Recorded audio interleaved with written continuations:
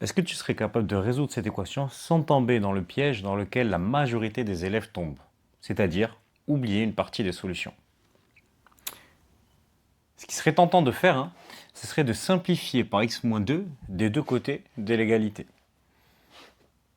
Ce qui nous donnerait donc x-4 égale 2x-5.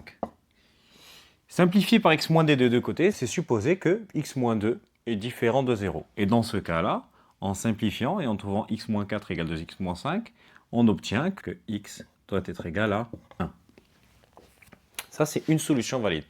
Cependant, on a supposé, dans ce cas-là, que x-2 était différent de 0. Et qu'est-ce qui se passe si x-2 est égal à 0?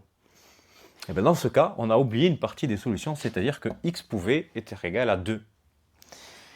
La bonne méthode pour résoudre cette équation, ce n'est pas de raisonner comme ceci, mais c'est plutôt de basculer d'un côté de l'égalité tous les membres. Et maintenant, je peux factoriser par x-2, ce qui me donne x-2 facteur de x-4 moins, entre parenthèses, 2x-5 doit être égal à 0.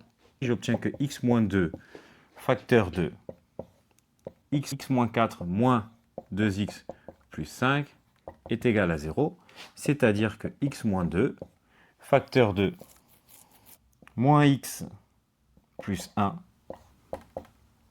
est égal à 0.